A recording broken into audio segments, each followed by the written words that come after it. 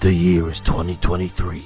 PBS Plus has just launched, bringing the world's streaming services to 4,387. How can anyone be expected to go through all this content? Fear not, loyal passengers. Captain Joe Shoes and his first mate Mez are here to travel through space and time to bring you the best nuggets pop culture has to offer. Strap in. It's time for the JoeMeZ podcast. Hello everyone and welcome to episode 333 of the JoeMeZ podcast. I'm Mez and my co-host as always is... I am the magistrate of Caravan City, Captain Joe Shoes from the JoeMeZ podcast. Yeah, you are. What's up, buddy? How you doing? Gomez, we had an incredibly busy week, didn't we? Did we? What happened? What was so busy? Well, you gave me like 9,000 things to watch. What are you Bro, you were supposed to watch 2 things. That's it. And one of them, it was only because you added something at the last minute. Well, no, I watched it. But like at the end of last week's episode, you made like a fucking Chris Jericho list of 1,004 holds of things for me to watch, and I tried to do them all. Oh my God. I was just letting the passengers know of stuff that was coming out that weekend. You're insane. This guy's he's making me watch 15 hours of content. That's you specifically said, I remember because I have a wonderful memory. You specifically said, hey, Joe, this Joe from the JoeMeZ podcast, you need to watch all of these things. And I was like, my God, I'm so busy. How am I going to fit this in? And then I tried to. Well, I went like 2 days without sleeping. I said, hey, I didn't even pick the movie, right? We spun the wheel. That fucking wheel. We spun that wheel. And then you were like, oh, hey, let's also watch this. I said, okay. Yes, because I thought it was very necessary. Oh, was it? And so I was like, all right, we got 2 movies. That's it. And then I said, oh, hey, passengers, there's some stuff that maybe we'll get to because we like this stuff. This is stuff that might interest us. I'm interested in everything. My man said, you got it. Like, if you guys look at the show notes, when you open your podcast app, or if you look on YouTube, and it says like watch along for next week, and there is like 115. Oh, you things put on. I didn't even see.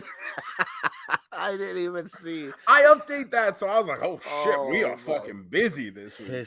If I would have seen that, I would have. I feel bad. I kept having to go back, and I was like, wait, I'm missing like 9 things. Hold on, I gotta go back. Oh my God. I can't wait to see all the things you watched. Put it this way, Netflix is out of new material. They're just done, son. Oh my God, you're the best, Joe. Never change. Thank you guys for listening to JoeMeZ podcast, episode 333. That sounds very important, Gomez, doesn't it? Yeah, of course. Every episode is the newest important episode that has ever existed. You ain't lying. You ain't lying. I never would. You want to know why? Why? Because I'm not the liaison of lies. I'm the talisman of truth. Whoo, that's what we like to hear. We don't like liars. We don't. Yeah. Remember to follow us on all the social media at JoeMeZ. Now on YouTube. You can watch this on YouTube, youtube.com/@JoeMeZpod. And if you would be so kind to leave us a helpful 5-star review wherever it is that you're downloading this podcast, take a screenshot of that, tweet it over to us, and you can get one of the very limited 8x10s signed by Gomez and I as a token of our appreciation. Limited edition. Come on. Be dialing, folks. Poor Don West. R.I.P., buddy. Yeah, that sucks. It does. Cancer sucks, bro. Yeah. I didn't know him or anything, but still, like, that's just awful. He was always entertaining when he was on my TV, so he genuinely was. Thank you for years of entertainment, bro. Oh, we love our TNA Impact here on the Card JoeMeZ podcast. You know what we don't love, however, Gomez? What don't we love? The WWE. What? Who says this? We love. I think this is what we got to start with, right? Yeah, sure, of course. It's the big thing Okay, this hit weekend. the Royal Rumble music. Royal Rumbling tonight. Dun, dun, dun, dun, dun, dun. Rumble. Yeah. I like it. I like it. The Royal Rumble. Yes, it's the Royal Rumble, bro. The kickoff to WrestleMania season. Ooh, The road to WrestleMania. It's the entrance ramp. It's the best. Exciting stuff. Yes, and we got a flat tire very early on the road to WrestleMania. So, they put these pay-per-views on Saturday now. Do you like that? Do you like the Saturday pay-per-views? I do and I don't. I do and I don't, because I always forget, because I'm so used to Sunday. That's my biggest reason for not liking it, is the fact that I'm so accustomed to WWE pay-per-views being on Sundays that on a Saturday, it's like, no, that's my sex day. So you got to do the afternoon sex. So now I had to do afternoon sex. Ain't nothing wrong with that. It's good. No, but sometimes I look, really hot and under dark lights and mood candles and stuff. Like, I mean, don't get me wrong, I look really hot like a lot of the time. Of course. Like 100% of the time. And it's just, sometimes I feel like, just not having that natural sunlight come through really enhances my appearance. You got to get the blackout curtains, baby, because afternoon is good because you got that energy. You're not tired. No, I have the blackout curtains anyway because I can't have my figures and stuff getting any sun damage. Oh, I love it for the figures. I love it. It's the truth. Like, I'm a mint in box guy. I can't have the colors fading on these card backs. No, I agree. That would be terrible for you to. I had a situation one time. Where I've had many situations many a time, but a specific one, I had a DVD display near a window, and even though like the blinds weren't open or anything, still light seeps in. It's like fucking Jurassic Park. Life finds a way, and it fucking faded all my DVD slip cases. It happened to me last year. I had to buy a new TV because even though I had blackout curtains, but there would be little sections in the curtain that light would come out from like the top, and it was just hitting my TV, and I had like little spots. And it ruined the TV? It ruined the TV. Yeah, you're not supposed to have TVs in direct sunlight. Oh my God. Because of the whatever LCD, you shouldn't. Let's just get rid of the fucking sun. This is causing a lot of harm. Listen, Mr. Burns, we can't do that, all right? Simpsons did it. But now that we're talking about, like, I've never thought about this before, like getting rid of the sun, but now I'm on board. But the sun makes you warm, then you're gonna be cold. You can't be cold. I can't be cold. I would die. Get rid of the moon, but not the sun. We need the sun. Keeps us warm. No, the moon is good for romance. Then we got to keep it there. We can't blow anything up. God damn it. We can't fucking cancel anything over here today. And we need the moon because, as we'll talk about later, sometimes we put space stations up on the moon when we got to fight aliens. Do we folks, I'm not going to lie to you. For all of you who continue to listen to this show, and I genuinely appreciate each and every one of you, I don't know if I've ever been so excited to just talk about everything as I am today. Oh, like, there's so much goodness out here in the world. What a time to be alive and have all of this stuff to talk about, like the Royal Rumble. Yes, back to the Royal Rumble. It was okay, right? The show as a whole? No, you didn't like it? I honestly, I hated it. Oh, no. Now, granted, I'm the worst person to take wrestling opinions from, right? I don't watch the product. I have a very, very limited knowledge of whatever kind of ongoing storylines are there. I didn't win either of the Rumble pools, so now I'm pissed about that. Disaster. So it's just, I thought the men's Rumble starting the show was awful, like atrocious. Nothing. It had no flow. It had even the surprises, like the Logan Paul surprise was pretty cool. Sure. I'm in on Logan Paul, but if you're gonna pop Booker T, and that's fine. I don't have a problem with Booker T, but Hometown. don't do it at number 22 when you've had nothing else beforehand. Like, do that at number fucking 9. Do his little spot, get him out of there, and go on with the rest of your match. What is the problem? Like I complained about it all night. The Royal Rumble, there's so many people just laying around in the ring nowadays. I don't The remember. ring got so full. I don't remember that back in the for day. both Rumbles. Yeah, where there'd be like 10 people in the ring. Never that. And so that brings it down. Like I don't enjoy the Rumbles lately because it's just been like, throw somebody out. Why is this person who means nothing? There's these people who mean nothing, and they're like being protected. Like they gotta stay in for 20 minutes. For what, bro? Get out of here. But the men's Rumble was, I mean, listen, it was one of the most horrid things I've ever seen with blown. I've never seen a WWE show that was so sloppy, more blown spots. Everybody was off, didn't know where to be, didn't have positioning. Their timing sucked. You saw Kofi blew his spot on the elimination again. Second year in a row. But just everything throughout the match, people just didn't know where the fuck to be. And it was absolutely terrible. And then even the finish, this is supposed to be, I guess, Cody's crowning achievement. Like, right? He's going to WrestleMania. He made it all the way back Big from return, this torn neck. And the fucking elimination, like Gunther, who I love. Boy. Probably one of my favorite guys in the business today. Definitely. I love Gunther. He must really hate taking that fucking bump over the top because there was like 3 different occasions where he completely turned his body that way he could just fall over politely instead of just taking a real bump and making it look like something he didn't know was coming. So it was this horrible conclusion to what was already a horrible match. And at that point, I was like kind of checked out on the rest of the show. Oh my God. I was with family, so I missed some of the show. How was this pitch black match? This this Bray Wyatt bullshit. Whoever the guy he was wrestling. LA Knight. LA Knight. He had glow in the dark trunks. Oh, that's and cool.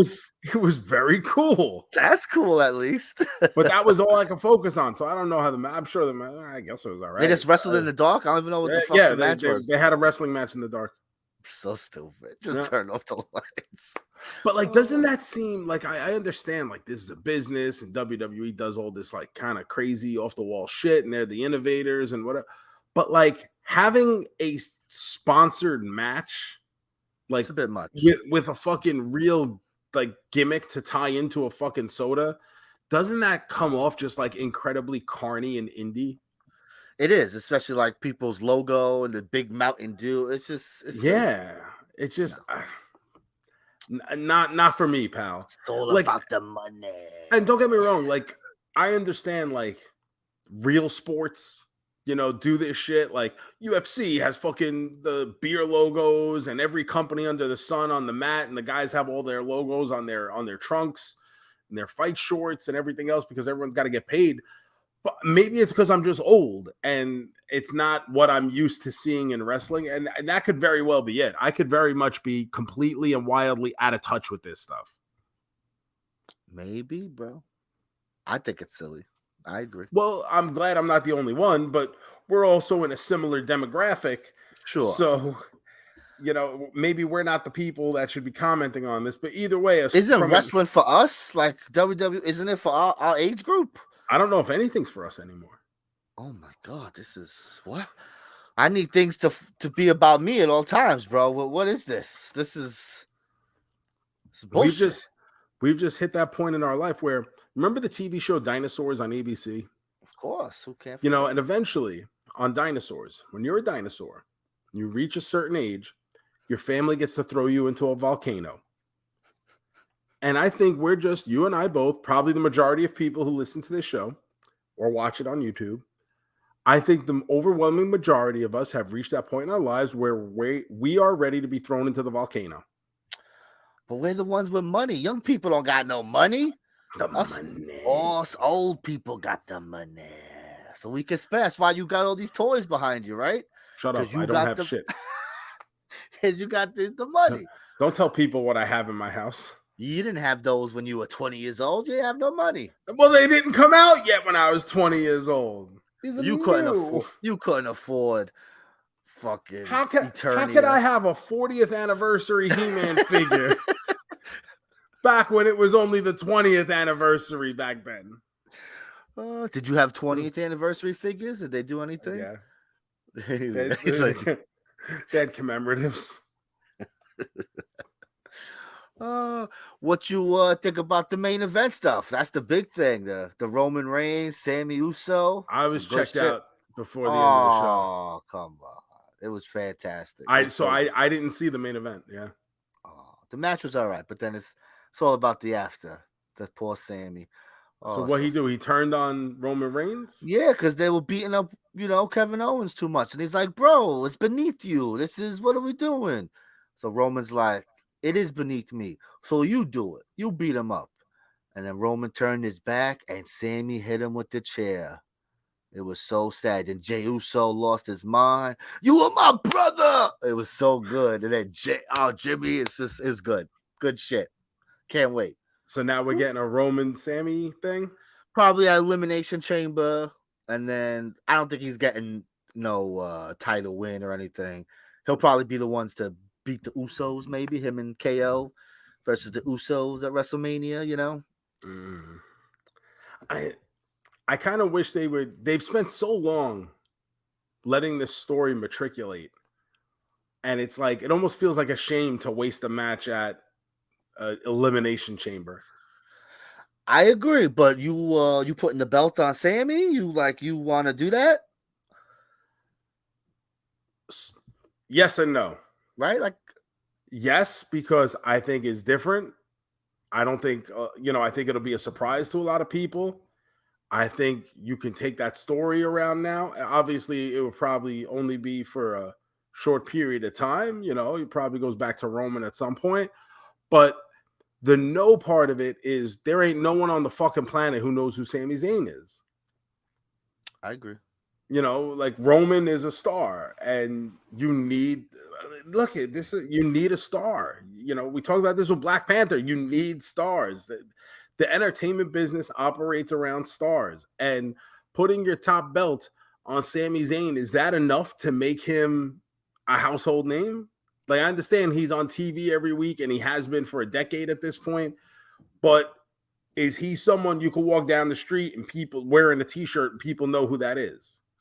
Do you think it matters if they put the belt on him? But they've done it plenty of times, right? Where they put the belt on someone and you're the champion, but really, you're just over there doing a couple things, and we're still, our main guys are over here, main event. I just think it's tough now that Roman has had this belt for so long that if someone's going to beat him for it, it almost like you can't make the belt take a back seat. You know what I mean?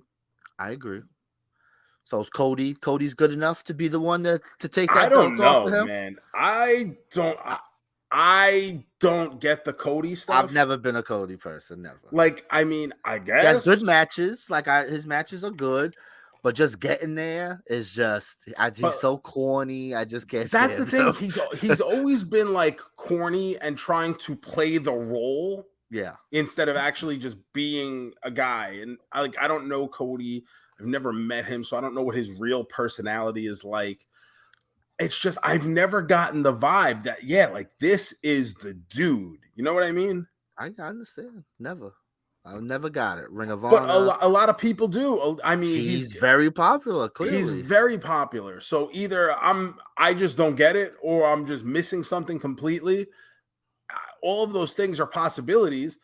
It's just, I've never gotten that vibe from him where you look at him and like, he's the cornerstone. Even in AEW, where he was going to be that tent pole guy. And I'm looking around going, I don't know. There's a lot of other guys here that I'd probably prefer to see other than Cody Rhodes be there. Oh, yeah. Yes, sir. So, Cody, Roman, WrestleMania, it's good. It'll be fine. Can I just tell you, I just found out about Cody Rhodes. His song is not 30 Seconds to Mars. No, I don't think so.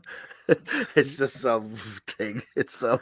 I thought it was like that 30 Seconds to Mars song. I heard it. It's like I just and then like people were laughing at me when I said it, and I was like, why would you laugh at me for such a thing? And they were like, because you are not even in the correct ballpark right now.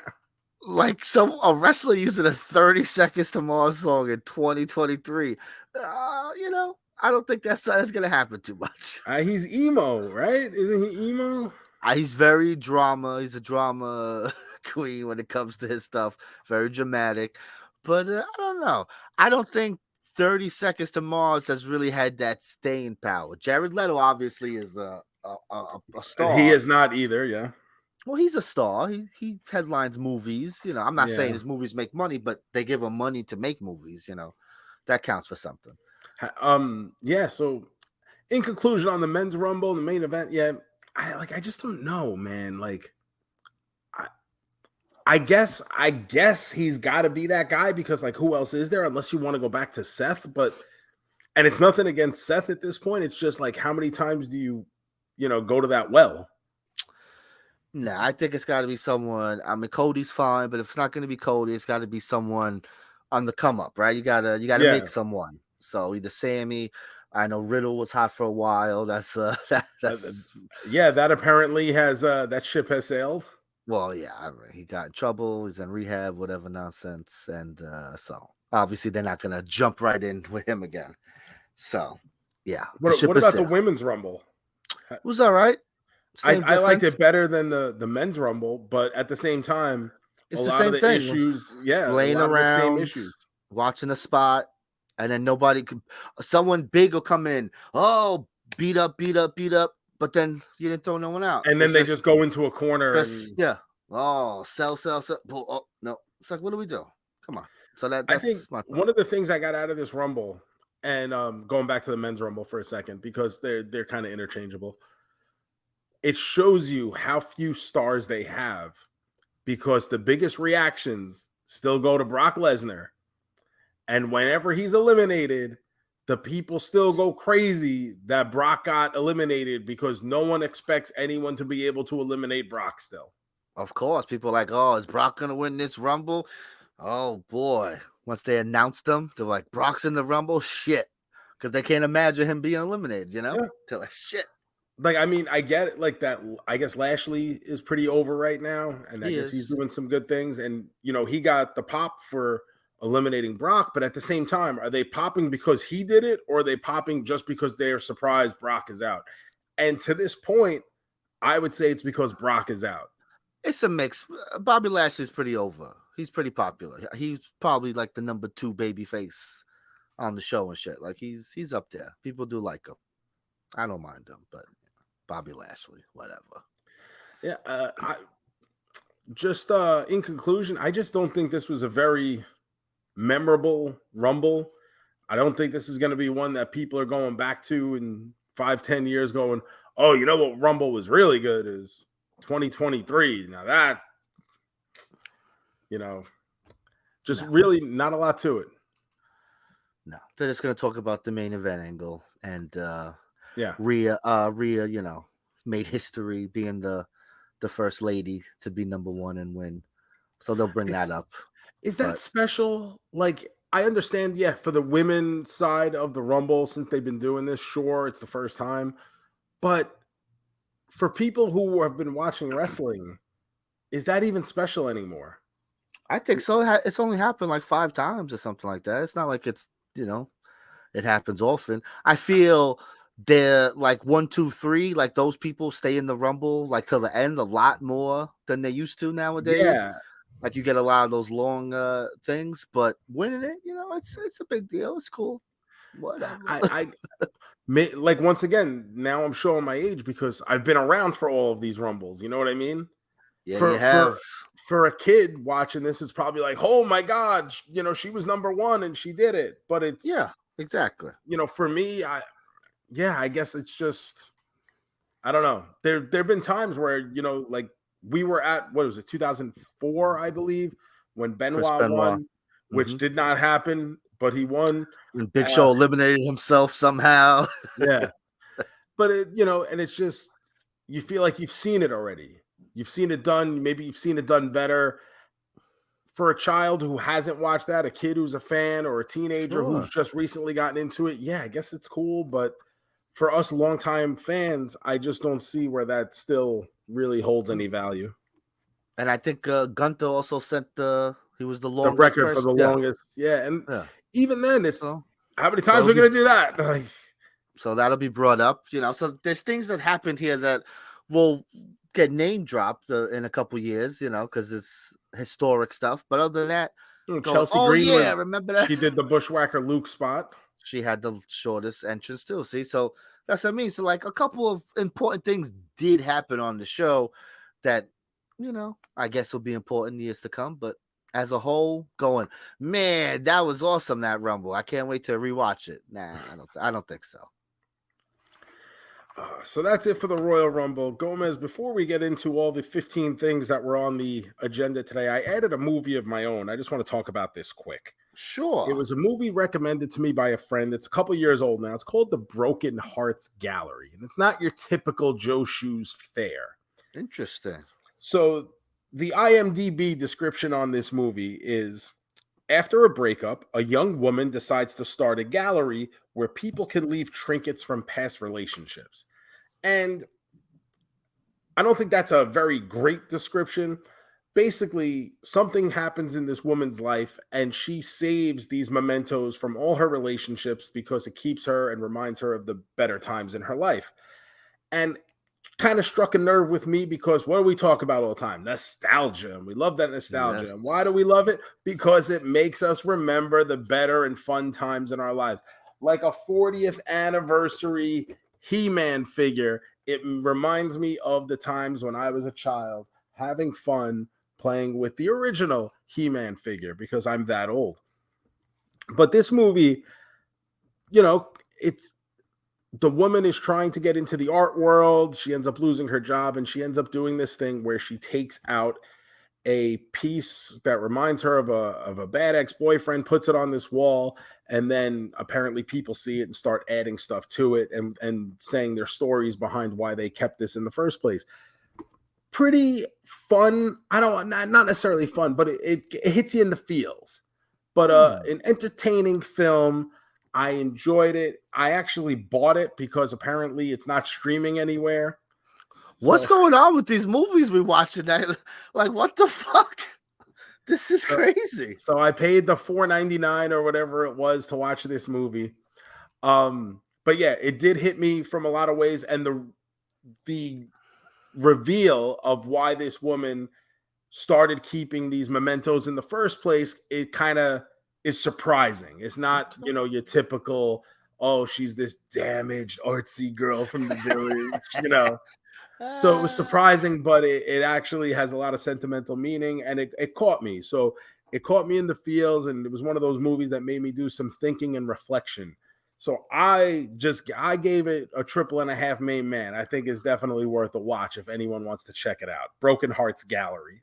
Oh, look at you. Not available anywhere, sadly. Not available anywhere. Pay the money on Amazon Prime to buy it because you can't even rent it. You can't even rent it. Oh, my God. This is crazy. Oh, my God. All right. Well, but you know who's in it? The guy who's in it is the love interest. He's the Red Ranger. Crazy Billy from Stranger Things. Oh, right. At first I was like, Red... from the remake, yes, okay. Yes. I was like, what? They make movies with the Red Ranger? Of course they do. That guy, he hasn't really been in a lot of stuff. He's kind of. I thought he would have been. He was going to be a thing, right? And then it just kind of. I guess the Power Rangers didn't. Either that, or they're just like, hey, we just want Crazy Billy stuff.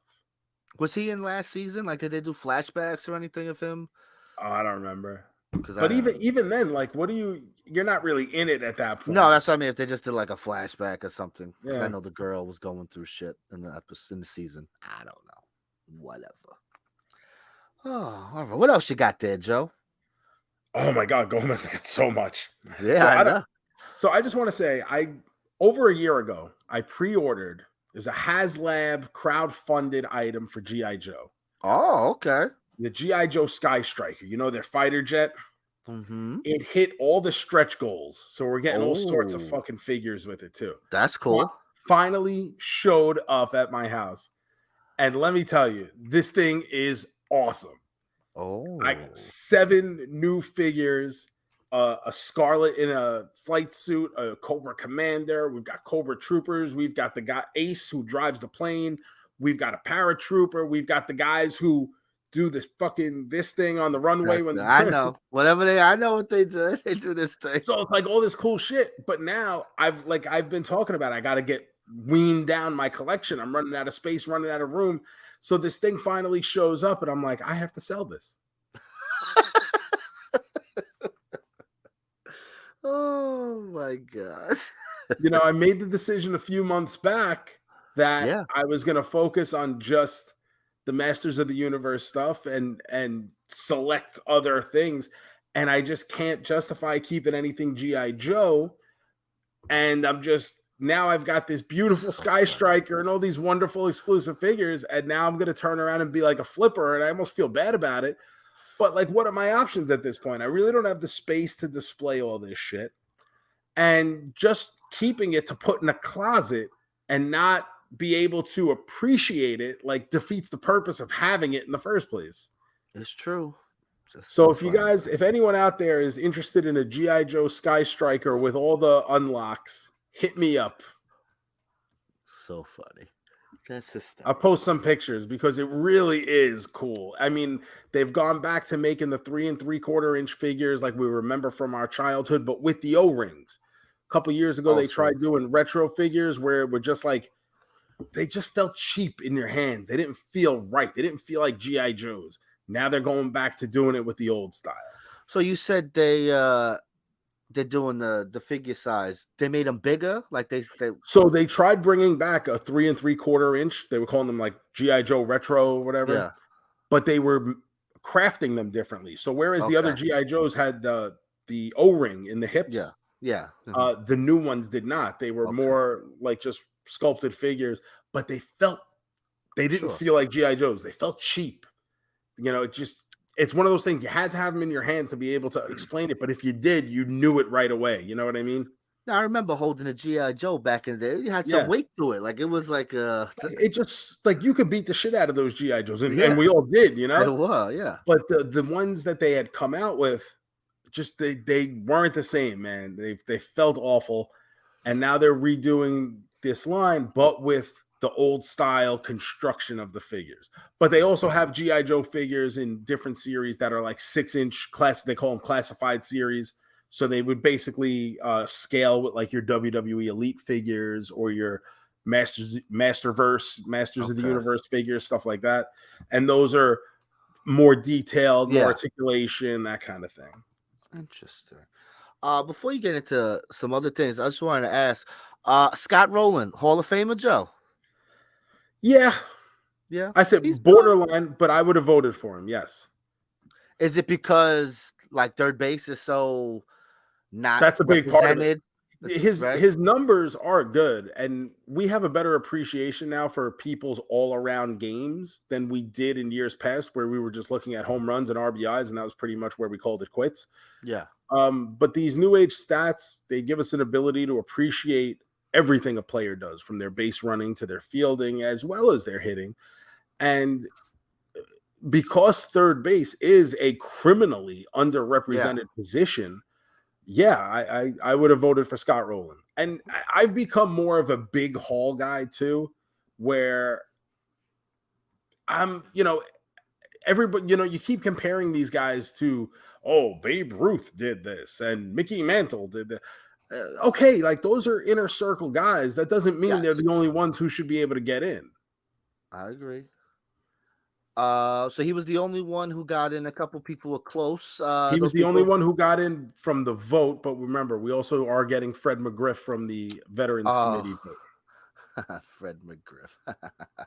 And so next year, our boy David Wright goes on the ballot. I mean, he's got no shot, right? I mean, obviously his career was cut short, right? I mean, see, you know what's weird is I think no, I don't think he will get in, but his peak was really, really good. Yeah. But it's just I think that's what it's going to be is those injuries really, really cut off what could have been a great career.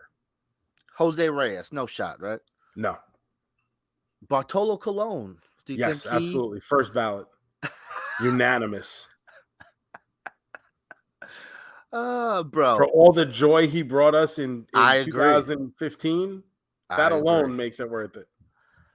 One last one. Do I have to hear Hall of Famer Chase Utley? Is that something I got to hear? You may have to. Ugh. I think that's another one where it's borderline, but with the way the voting seems to have gone and with the conversations I've already heard that have taken place, it seems like he may not get in this year on the first ballot, but I think at some point he's going to get in. And that would suck because fuck Chase Utley. Piece of shit. Ugh. God damn it. All right. I was hoping to hear it's close, but I don't think so. Oh, goodness gracious.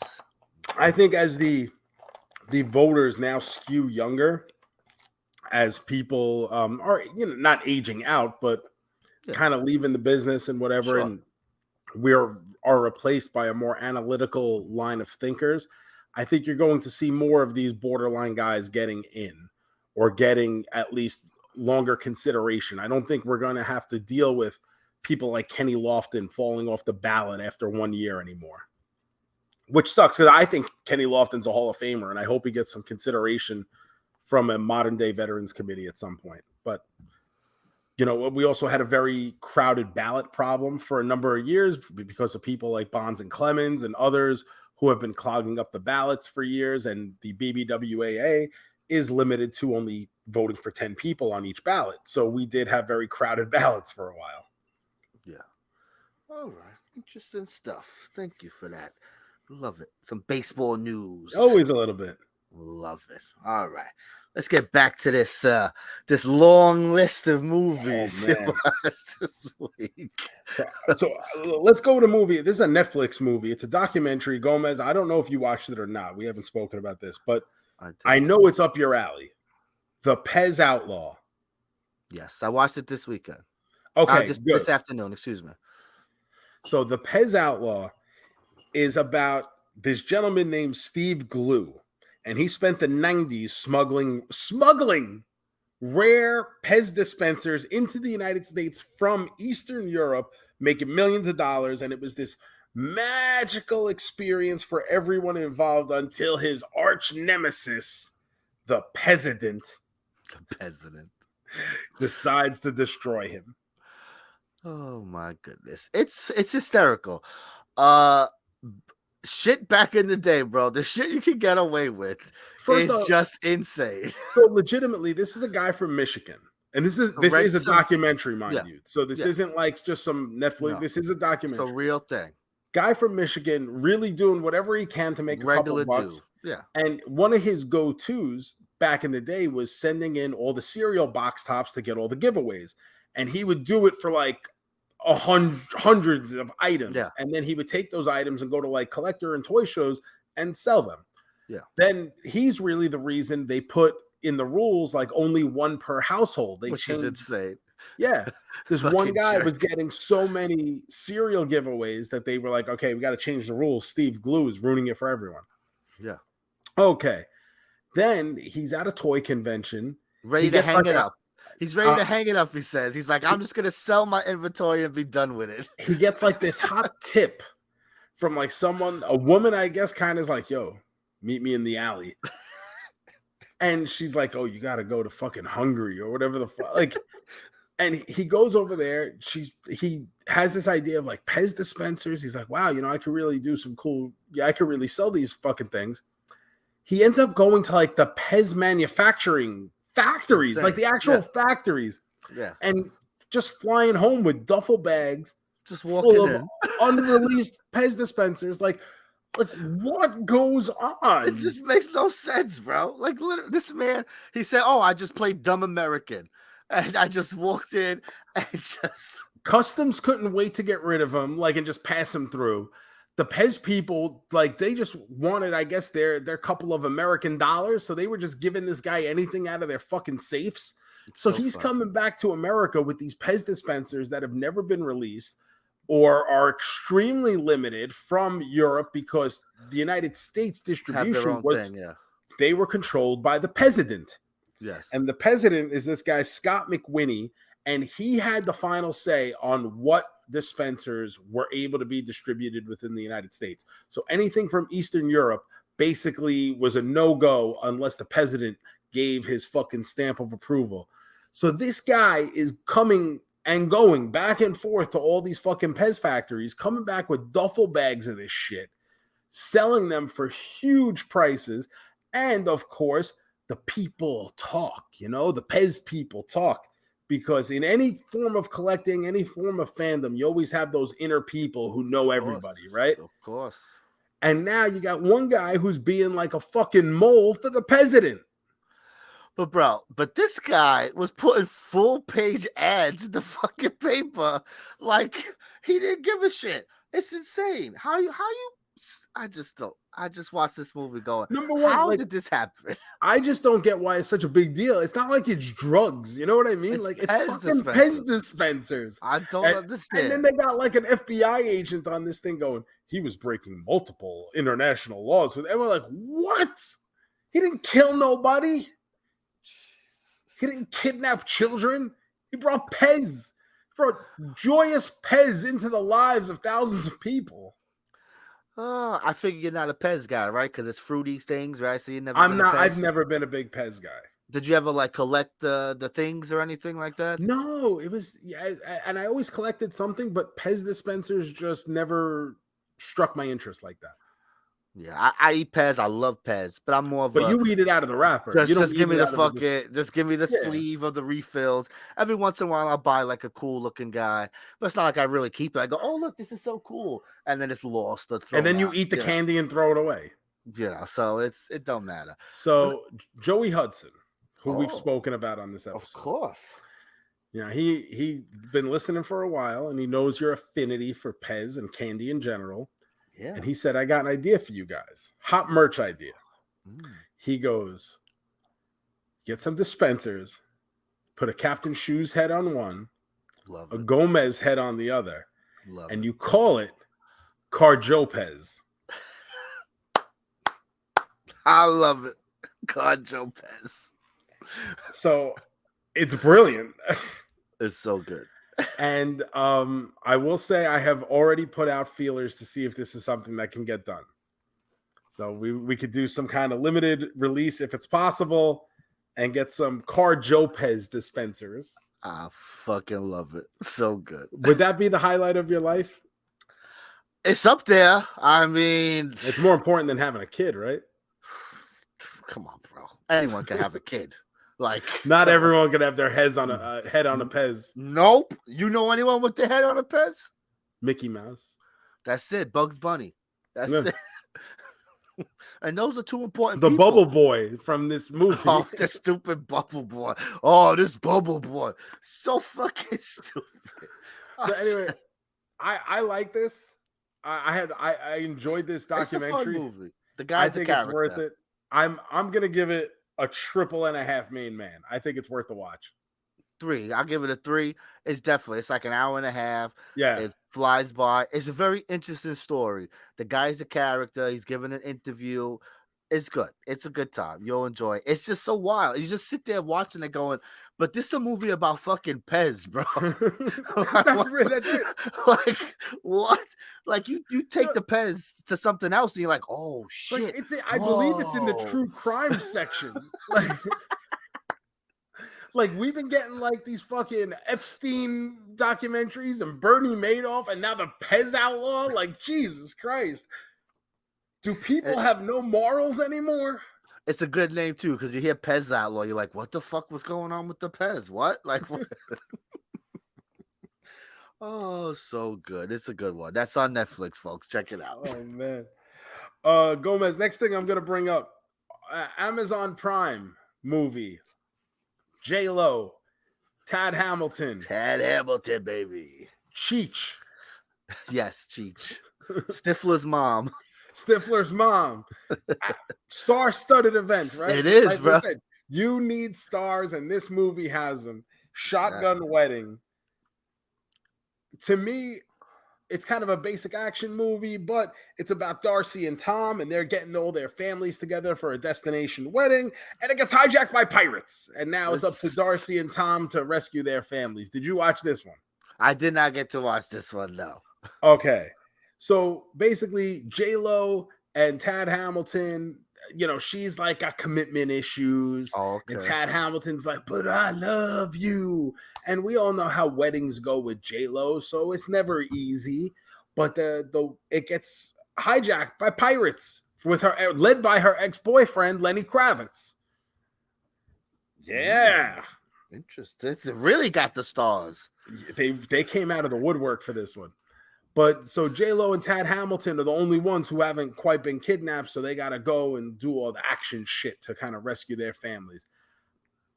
This is not going to be the best movie of the year, but an entertaining watch, Good. A little action, a little humor, hits it from a lot of different angles. I say this one also you could watch. Go ahead and watch this one as well. But I'm gonna say it's kind of in the middle of everything. Sure. So I'm gonna go double and a half main man on it. But I do think it might as well worth the watch. Was it long? Is it quick? About an hour and a half, hour Good. 40. Perfect. So that's perfect. In and out, nobody gets hurt except for the families. Oh, Do they no. get hurt? Maybe they do. Maybe they don't. You'll have to find out. But it is action and explosions, so I guarantee someone gets hurt. But who? A wedding they won't forget. Oh Yes. my goodness. What do you are you a fan of destination weddings? If someone was getting married in Jamaica and invited you, are you like, oh, I can't wait to go? What do you think? Depends who it is. Depends on who it is, right? Yeah. Like if you decided to get married somewhere exotic, I would go. Okay. Most people, like if Joey Hudson's getting married somewhere exotic, I would not go. I'll send the card, bro. Have a good time. Yeah, here's a $50 check. Oh yeah, I've never. If Eddie Bowman's getting married in fucking Bulldog country, no thanks. That's right. It's some barn in some Savannah. Well, that's the thing, Savannah, like, Georgia. With Eddie Bowman, it would be in a barn, probably. And how You do have we to know? go. How do we know when they're barns? They're red. They're red. I hope I get invited to a barn wedding. It looks like fun, like in Showgirls, right? Oh, I The don't barn. want, yeah, the barn with no lights or people or signage. It looked like a good time. Yeah. Oh my goodness. No, destination weddings as a whole, I think as more and more people move further and further away, I think it's a necessary evil in a lot of instances. Sure. And sometimes the destination can actually be easier to get to for a lot of people. No, it's true. Everyone lives everywhere, so I get it. So, if you're gonna get married, might as well do it somewhere fun. You know what? It's not a bad idea. Look at you dropping that wisdom. Listen, if there's one thing I love, it's love. Love itself. And I have always pictured my wedding as this wonderful, over-the-top party that is all about me. I assume my bride would be there too, but like I would want her to have the Miyagi-Do logo on the back of her dress while I have the Cobra Kai logo on the back of my tuxedo jacket. I would want to do my entrance to You're the Best from the Karate Kid. I would want Scott Steiner to be the minister. And he could say things like, "Do you freak take this fat ass to be, yo, baby, you want to get with a real man?" I will say, if someone was to marry you, I think they'd be on board with this because they know what they're getting. Yeah. Marrying you, so they'd be like, yeah, let's do it. Let's do the Karate Kid, Gomez, would you be offended if Scott Steiner was the best man and not you? No, because there is no way, and I've known you a long time. I love you. You're basically family. Your family is my family. I call your mom. Of course. But you ain't gonna cut no promo like Scott Steiner for that speech. No chance in hell, bro. Don't you worry. I would not be offended at all. Trust me. I mean, you could still be in the wedding party. Of course. As long as I get to hang around, And Scott, you would get to meet Scott Steiner. Yeah. fine with me. I'm there. I'm gonna have a good time. We can even do it at Shoney's.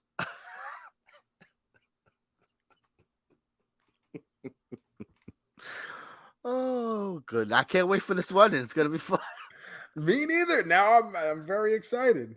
Tinder, hit me up. Start swiping, bro. Start swiping. Do the P cool. You just swipe right on everything. Cast a wide net, bro. Why not? Why not? Gomez, you brought this up. I would assume you watched it because you sounded excited about it. It's a series on Peacock. Yes. Poker Face with Natasha Lyonne. Did you check this out? I did. 4 episodes dropped, and I watched all 4, baby. Okay, so did I. So for those of you who are uninitiated to this show, Gomez spoke briefly about it. But Natasha Lyonne plays this girl, Charlie, and she has an extraordinary ability to determine when someone is lying. Yes, imagine. What a gift. Yeah. And then she ends up hitting the road in her Plymouth Barracuda, and with every stop encounters a new cast of characters and strange crimes she can't help but investigate and solve. Now, I don't think that is the best description. That's IMDb's description. But the first 2 episodes are centered around a murder in her hometown, a friend of hers, and she can tell something's fishy. And because she has this ability to know when people are lying or not, she's able to figure it out. And it causes her to have to go on the run to avoid these people who are doing this bad shit. Yeah. But then in every episode that follows, she has to stop in a new town for like gas or to spend the night in a hotel or whatever. She gets caught up in some shit. And there's always another murder with her right in the middle of it. And now she got to end up solving that. Yes. So I don't necessarily know if I like the storytelling premise of this, that she just by happenstance ends up in the middle of all these murders. But I was enjoying the show enough to the point where I was like, oh, I'll watch the next episode. So what do I know? Maybe it's not. Maybe I'm fucking stupid again. That's the whole theme of this episode. I don't know nothing. I loved it. I loved I love how they show you, like they spend the first 20 minutes showing you the crime, showing you setting everything up, and then they show how she's involved in it. Yeah, like and how she's not in the first half of any of these episodes. Yes, like some shit's going down, and then you see how she's connected to it. Like in the first episode, she's good friends with the girl, and they were just hanging out beforehand. And then all this shit happens. So now she's like, oh, what's going on? So I love that about the show. I love how she pieces it together. It's a good time. So I assumed that the original murder, which happens in a Vegas casino, I assumed that was just the template for the season. Yeah. And by episode 2, they're kind of like wrapping this one up. And I'm like, wait a minute. Like, what about all these other episodes that I got to watch after this? Like, what are you going to do now? The fucking murder's solved. But no, there's multiple murders just in all different parts of the country. Yes. America, baby. There's always someone dropping dead. So it's 4 episodes to start. There's going to be 10 episodes in total. Yeah, every Thursday they're going to drop a new one.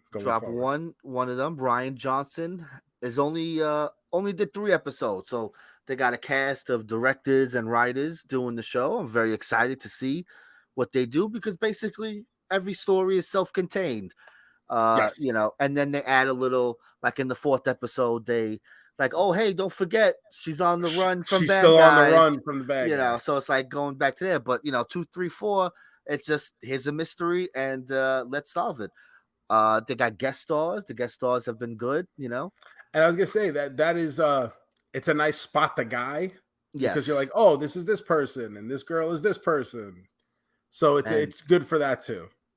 And every episode has been different in the way that the murder happens, in the way that she gets involved in it. So, and in the way they teach you how to smoke barbecue. Yes, pecan. When I smoke, I'm a smoker. Me too. I make brisket and stuff like that. I like to use cherry wood. That's my thing. I'm a big cherry guy. Brings a nice little sweetness to that spicy that I put in there. So no pecan. Once in a while, I'll do the pecan. I like to mix maybe some apple with the pecan and then do cherry on the side there. Yeah, baby, we get crazy up in here. See, I remember like years ago when Wendy's first came out with like whatever burger had applewood smoked bacon. Oh, and, yes. And I was like, I don't know where they got that name, but like, I don't give a shit. Just give me bacon, bro. Like, Yeah. I didn't realize that was actually a description That's of a real the thing. cooking method of the bacon. Yes. You brought up Wendy's real fast. Did you see Burger King? They got all these New chicken sandwiches. JoeMeZ, all I will say is stay tuned to youtube.com/JoeShoes. A lot of stuff got filmed over this weekend. It'll be released every couple of days, for the next couple of weeks. I've got videos coming out and scheduled and stuff. I'm working to have that all 3 chicken sandwiches, 3 ethnic chicken sandwiches. So funny, bro. The American, the Italian, and the one I was most excited about, the Mexican. I had the Mexican. I'll wait till you put your video up and then we could talk about it. Yeah. You know what we should talk about quick? I know you're not necessarily a big coffee creamer guy, but your wife is, and you guys shot for it. I saw you put your video There's up. been a lot of controversy, Yes. JoeMeZ. I'm not in the coffee creamer community. There's been a ton of controversy. I fucking love it. It's so silly. So about 2 years ago, I did a review on this International Delight Cold Stone branded sweet cream creamer. And it was okay, kind of middle of the pack for me. If you go back and watch the video, you'll hear me say, I just wish it was a little sweeter. I wish it had a little more to it. And that's the case with a lot of these creamers I try. I like a richer taste and flavor. This coffee creamer, however, has a devoted following of people who would use it as their regular coffee creamer. Well, the contract with Cold Stone must have run out recently, and it has now been discontinued, and it has been replaced by a basic International Delight sweet and creamy. And people are up in arms over it, JoeMeZ. So up in arms. They hate it. It's different. It's not what they want. It's not what they like. I just put up my review the other day, youtube.com/JoeShoes if you want to watch it.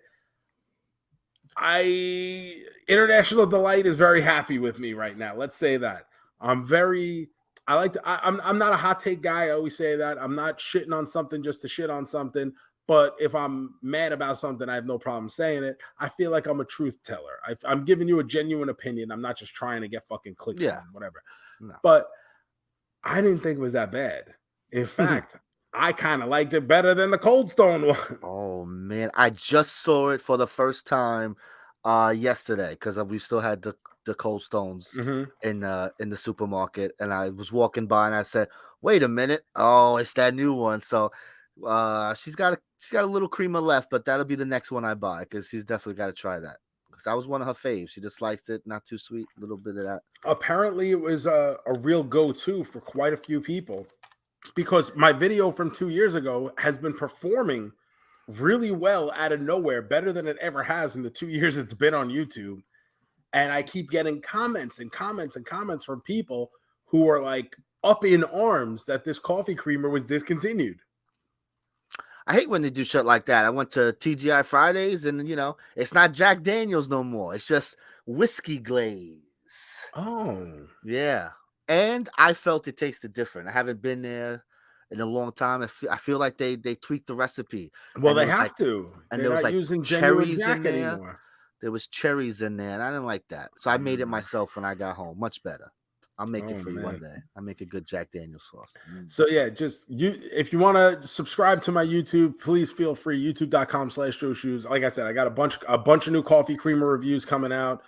New Arby's sandwich, JoeMeZ, a steakhouse garlic ribeye sandwich they have. Okay. Interesting. So we got that. We'll have the chicken sandwiches from Burger King. So there's plenty of content coming up on the YouTube channel. Yes. All right. My goodness. Oh, baby. Did you watch anything else, or can we get into We can get into what we actually came here for. meat and potatoes time, folks? Oh, baby.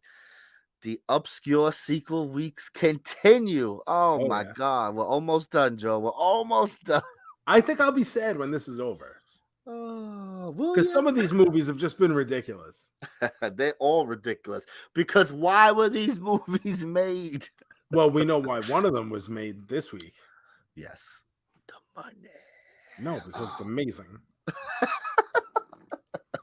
But let's start with the one the wheel picked for us. Sure. So let's start with Benchwarmers 2 Breaking Balls. Yes. So I was gonna watch the first Benchwarmers because I was like, I don't think I've Because seen you hate this yourself. movie. I was like, I don't think I've seen this movie because why the fuck would I watch a movie starring Napoleon Dynamite and David Spade? Never in my life. Mhm. So I don't think I saw it. And I said, you know what? I'm not gonna watch this because I doubt it has anything to do with this fucking course sequel. not. So I said, fuck that. So I did not watch it. Have you seen the original I've never Benchwarmers? seen the original, and I have Okay. no interest in ever seeing it. Okay, good. I'm glad because I really was like, maybe I should do... No. So Benchwarmers 2, it stars our double main man, bro. I can't believe this guy. I turned this on and it's like starring Chris Klein. And Chris I'm like, Klein. wait, Chris, where do I know that name from?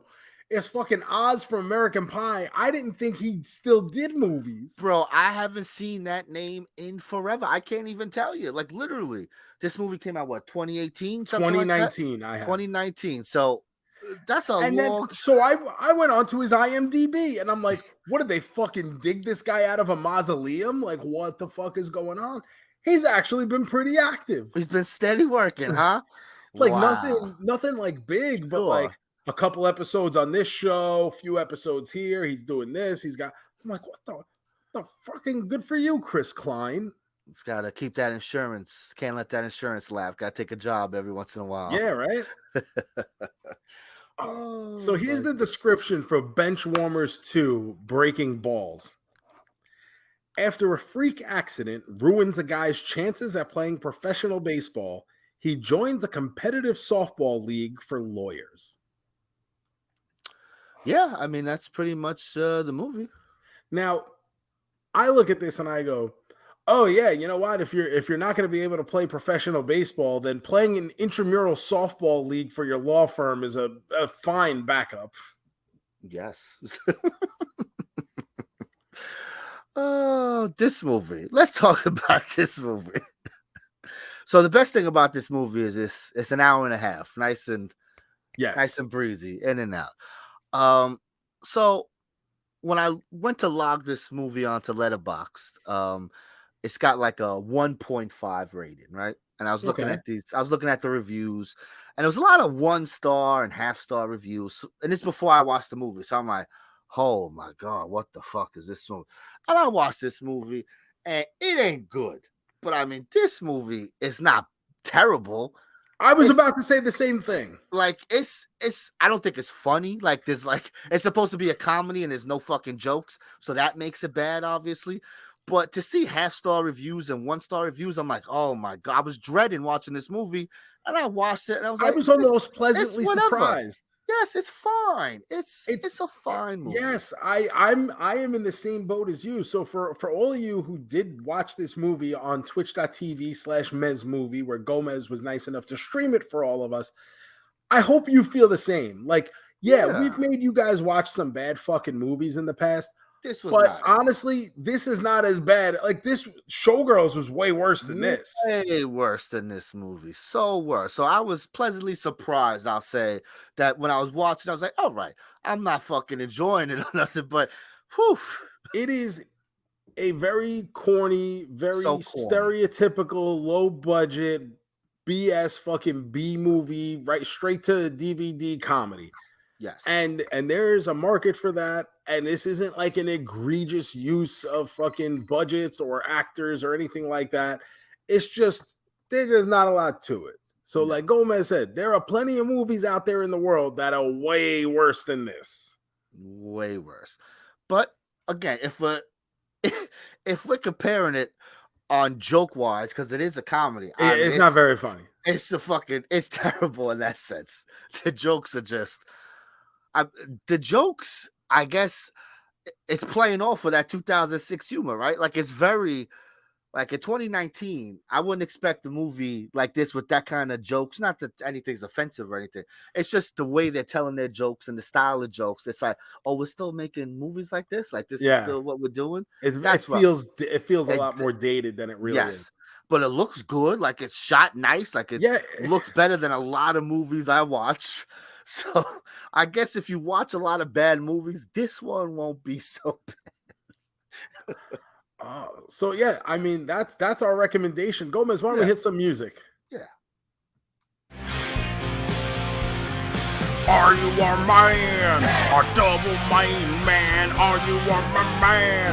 A triple main man? A man? A quadruple main man? Benchwarmers 2, Breaking Balls. Main man standards. What are you thinking here? You know, when you were saying you kept seeing half a star, 1 star, and I'm going, oh man, like my rating isn't that bad. It's not good, but it ain't that bad. So I actually think this movie, listen, this is like, I feel like this would be like the perfect cable TV movie to have on in the background while you're cleaning the house or something. Sure. Not something you need to pay all the attention in the world to, but you could go vacuum or wash the dishes, maybe fold your laundry. And this is a quick and unoffensive thing that if you watch the end of it or don't watch the end of it, you're not going to mind. So I gave it a double main man, 2 stars. Me too. 2 stars. 2 stars. Not great. Not even good, but not terrible. It's bad. The story is not very good. It's all over the place.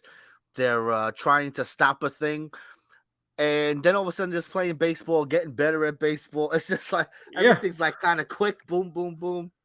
But that's a good thing because you don't want to sit there for too long. No, I thought they actually paced it rather well because by the end of it, I was like, oh, okay, cool. So definitely, I mean, the problem is you can't find it nowhere. But if you ever saw it on a streaming service, it's not bad. It's not the worst thing you could spend your time with. Unlike our next movie. Here we go. 2016's Independence Day Resurgence.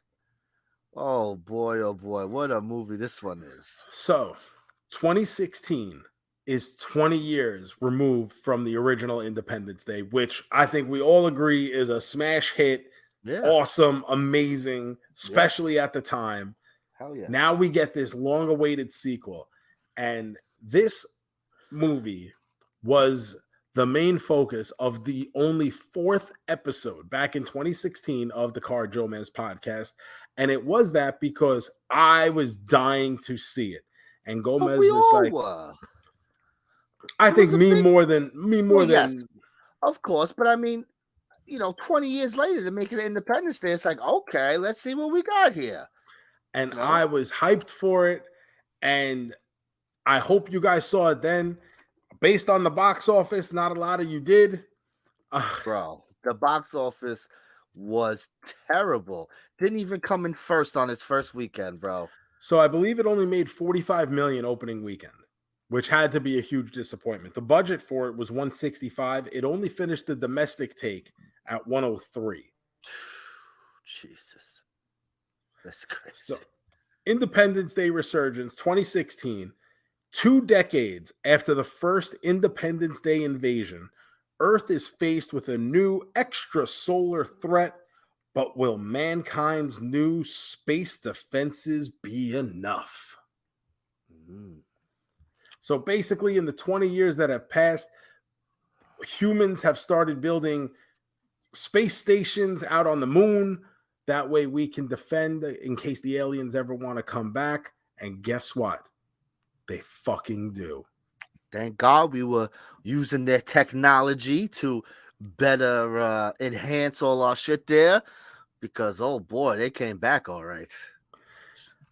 So we get Liam Hemsworth is the star of this one. He plays Jake Morrison, who's whatever.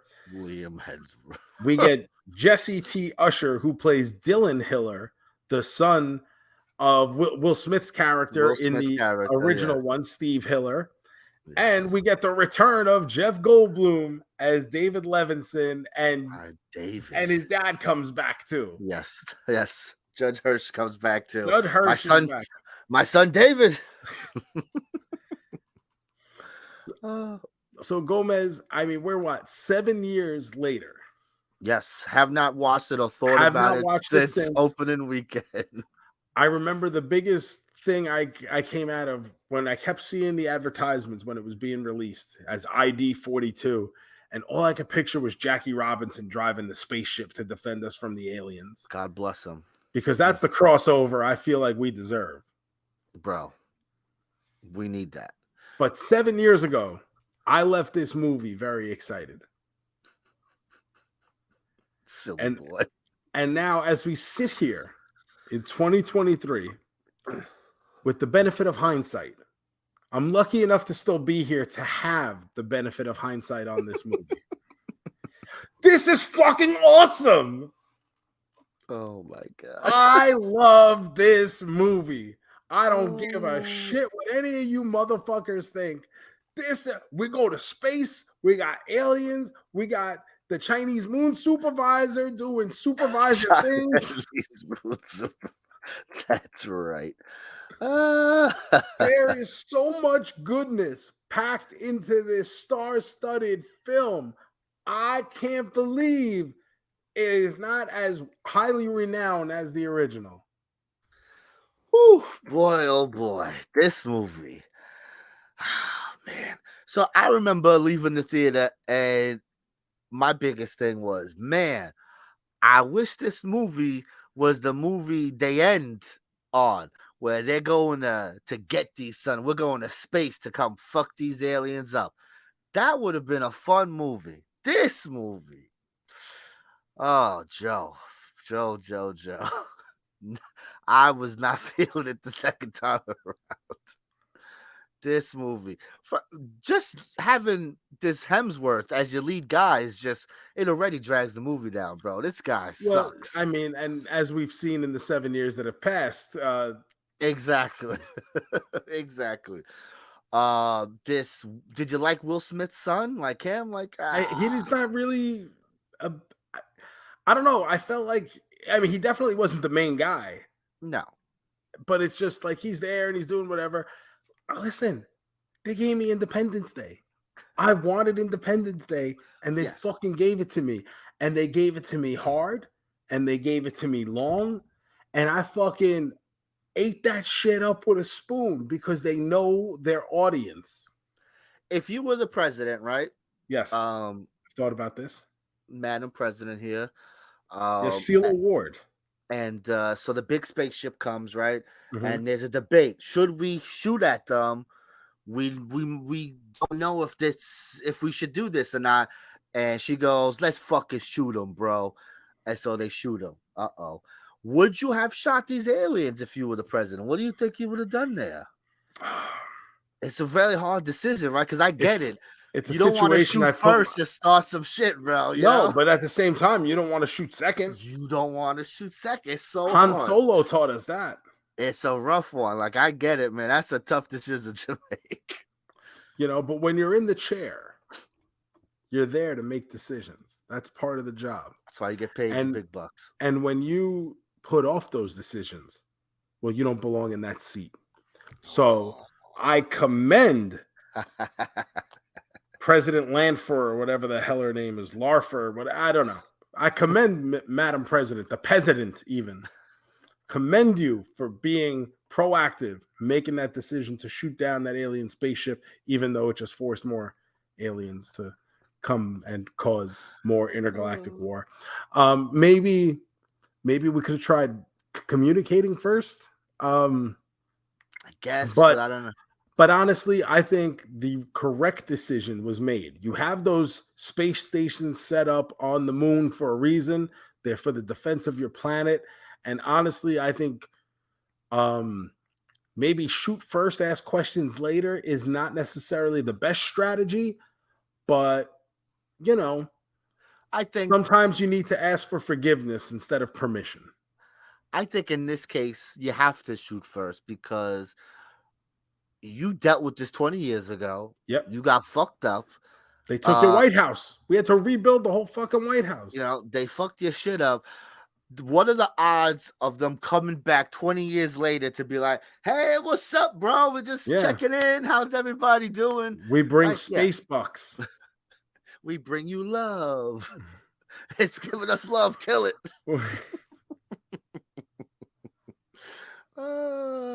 What are you an alien guy, Joe? Like you like aliens? Like you into alien shit? I have always enjoyed space settings. Space is cool. So I've always thought space is really cool. I always had this weird thing where I enjoyed space and I enjoyed dinosaurs. Come on, dinosaurs are the best, bro. They're so fucking cool. So fucking cool.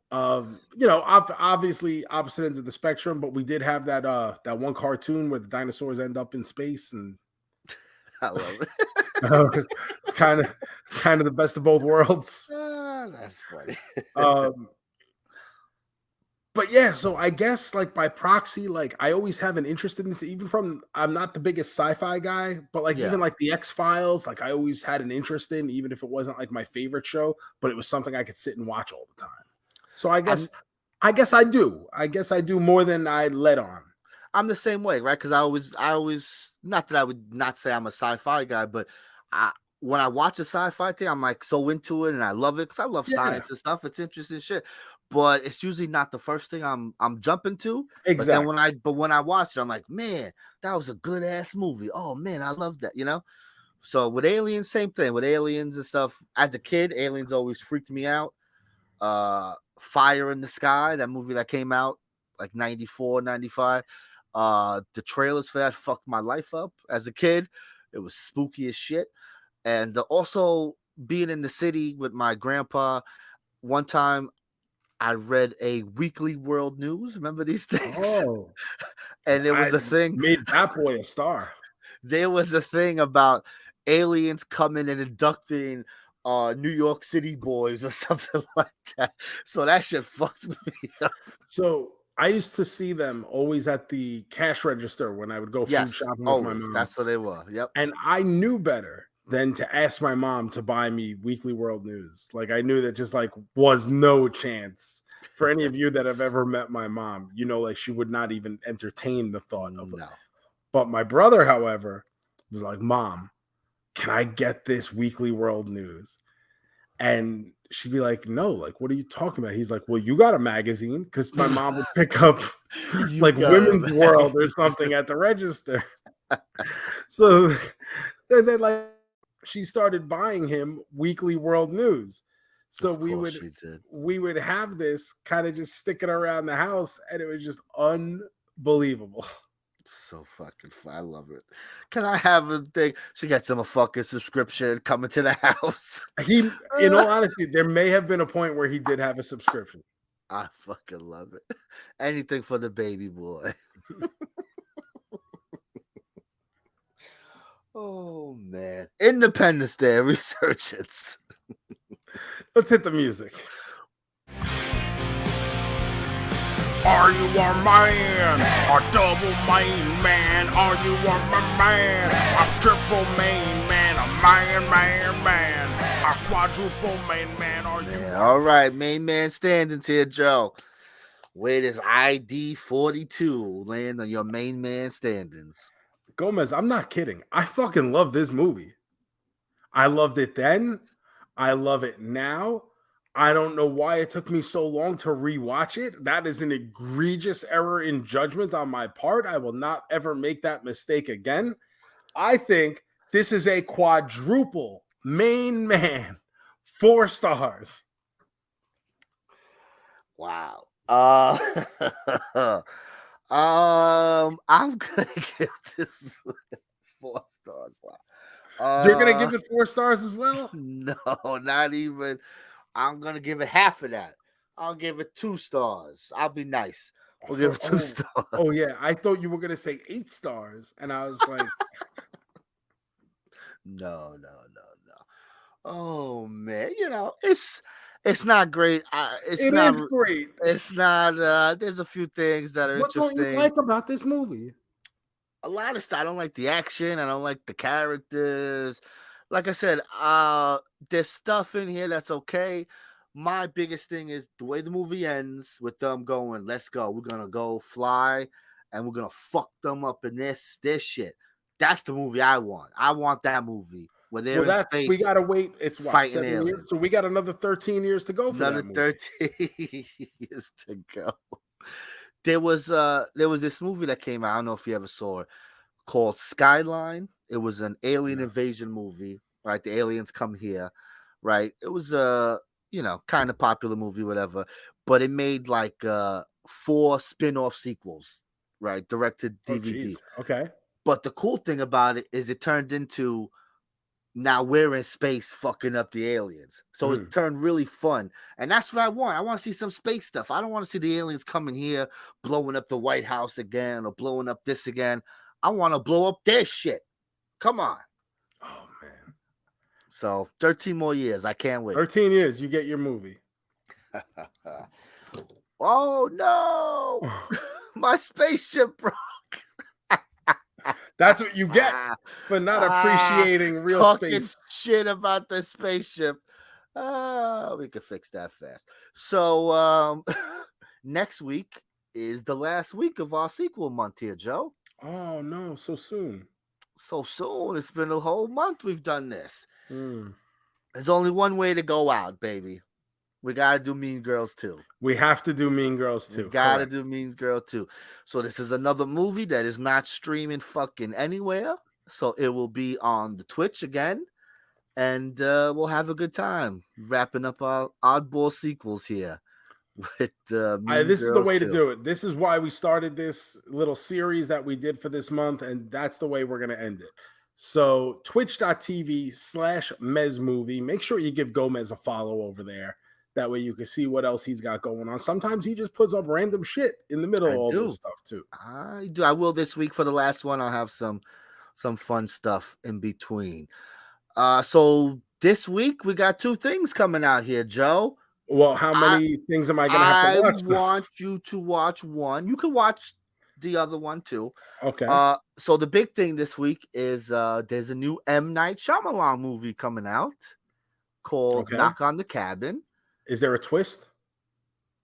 There's always a twist. So this movie is about people are in a cabin having a nice little time, and then Batista Man. I'm sorry, what?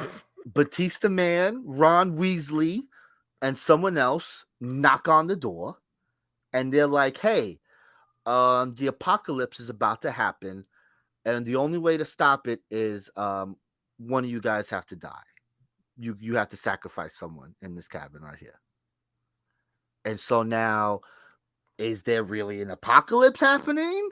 Will this really stop the apocalypse? It's supposed to be good. The trailer's great, but I mean, every M. Night trailer. I mean, if there's a world's greatest director based off of trailers, it's M. Night Shyamalan. His trailers all look amazing. So this one looks great. I'm going to go see it. If you want to see it, you could go. You don't have to. This is in the movie theater? This is a movie theater. Yes, it comes out this Friday, February 3rd or whatever. So, again, you want to see it, go see it. Don't worry. But this next movie, I want you to see. We've talked about it 2 weeks in a row. SKINAMARINK. It comes out on Shudder. I think the fans, the passengers really need Joe to watch this movie. You piece of shit. You guys, I don't think you got what you wanted with this sequel month because nothing has been too crazy. I think you're going to get it if Joe watches this movie. I really think so. So, Shudder comes out on Thursday, the 2nd, I believe. SKINAMARINK. You've been warned. This is not for everyone. Half the people listening to this that watch it are going to hate us for recommending this movie. Well, I'm not really recommending. I'm just saying it's something you got to see. So that's it. So trust me, don't worry about going to the movies. I'll go. I'll let you know, and then maybe you could go later, whatever. So that's for next week. All right, Mean Girls 2, SKINAMARINK, and I'll hit you guys up with Knock on the Cabin. Unbelievable. That's that fucking dog. That dog is loud today, bro. Yeah, it's I fucking. know you've mentioned that there's a loud ass I dog, told but you. I've never heard that fucking guy. It's like a Damn. 6-pound dog that wants to pretend he's 200 pounds. Always. The littlest dog is always so annoying, bro. Oh goodness. So we talked about next week. Can we wrap up this week first, baby? I think we should. All right. It is now time for the big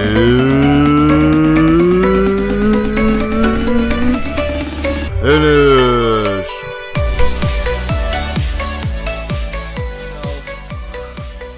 Big finish time. It's my favorite time. Let's get this wheel up and spin it, baby. There it is. Here we go. Spin it.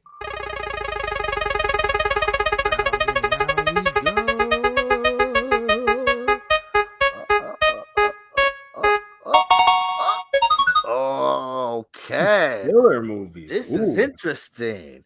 Today's big finish, Ben Stiller movies. Here we go. I don't know even where to start. I think Meet the Parents is probably going to be... Has to be on the list. Those movies are fantastic. It is. It's really good. I was a big Zoolander guy. Are you a Zoolander guy? I like Zoolander, yes. I don't go crazy for it, but I do like it. I'm sorry. There's something about Mary. There's something about Mary, number one. Number one when with that a movie bullet. came out, it's probably hard to appreciate now, but when that movie came out, it was genuinely one of the funniest fucking things I had ever seen in my life at that point. Still is, bro. Still holds up. It's still wonderful. Especially, I had seen like a sneak preview of it, so I wasn't like, it's not like I had a bunch of people in my ear telling me how great it was. So that movie is just absolutely incredible. That's got to be number one. I'm a big Cable guy. Yeah, I do love that movie. He directed it. He's got that little ass part in it where he plays the fake Melendez brothers thing. Yeah, the Menendez brothers. So good. I mean, I'm going through his page now and I'm seeing a lot of movies. You know, he's got a lot. Like, Ben Stiller been around a long time now. You're talking, 35 years? You know, going back to like Reality Bites. You know what I mean? Like, that's a long fucking time ago now. Royal Tenenbaums. So you like that, right? Of course, I'm a big Wes Anderson guy. Yeah, I mean, I like it. It wouldn't be on my list, but even Dodgeball. I'm a big Keeping the Faith guy. I don't know if you, with Ed Norton, where he's a rabbi and he's a priest, and they fall in love with Dahmer and Greg. I'm a big fan of that movie. I don't think it's the best movie, but I like Along Came Polly. Like, it has a lot of moments. Has a lot of moments. Yes, definitely. It's not like the best movie. It's not the best, start to finish, but like, it does have a lot of moments. But I think if I'm going to have to make a top three, There's Something About Mary, Meet the Parents, and then I'm going to go... I was late to this movie, so I was beyond all the hype, but after watching it, it's like a movie every now and then I'll revisit. So I'm going to go Tropic Thunder, number 3. I like Tropic Thunder. I never loved Tropic Thunder. I think it's very funny at times. It's good, but I just never loved it like that. So let's go. I mean, Starsky and Hutch, right? We love Starsky and Hutch. Yeah, it was good. But I'll go, There's Something About Mary, Keeping the Faith, and we'll do Royal Tenenbaums. Meet the Parents will be right there. So that's a good one. Ben Stiller. I haven't thought about Ben Stiller in a while. No, and he's genuinely got a lot on this list where I'm like, oh yeah, that was fun. That was good. I like this. So hell of a career. Yes, it is. Mm-hmm. All right, Joe. Let's wrap this son of a bitch up here. Thank you guys for watching and or listening to the JoeMeZ podcast. We genuinely appreciate it. Please remember to hit that subscribe button wherever it is that you're listening and or watching. Remember to follow us on all the social media at JoeMeZ. Send us an email, cardjoemez@gmail.com. If there's some pertinent message you want to get to us, we do check it and respond. You can follow all of my stuff over at the Joe Shoes, Instagram, Twitter, TikTok, all the good stuff. YouTube.com/Joe Shoes, ProWrestlingTees.com/Joe Shoes if you'd like to support and buy a shirt.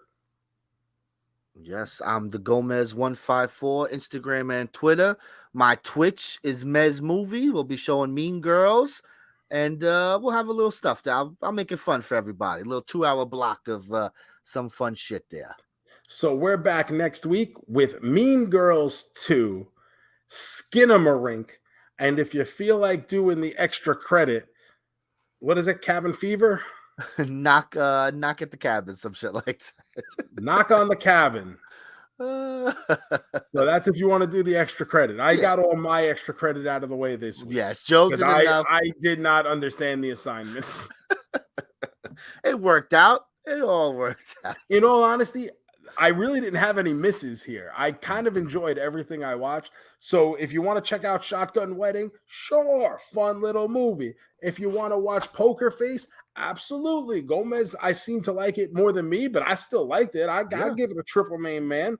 If you want to check out the PEZ Outlaw, I think everyone should watch the PEZ Outlaw. Should check out that. Ridiculous. It's fucking crazy, bro. But even the Broken Hearts Gallery, kind of, a little step away from the normal kinds of movies we watch, catch you right in the feels. Love. It's about love, it's about nostalgia, and it's about the people who are special to you. And that kind of stuff just melts this fucking heart. So Gomez, with that all being said, let's make like Tom and Cruise. Peace.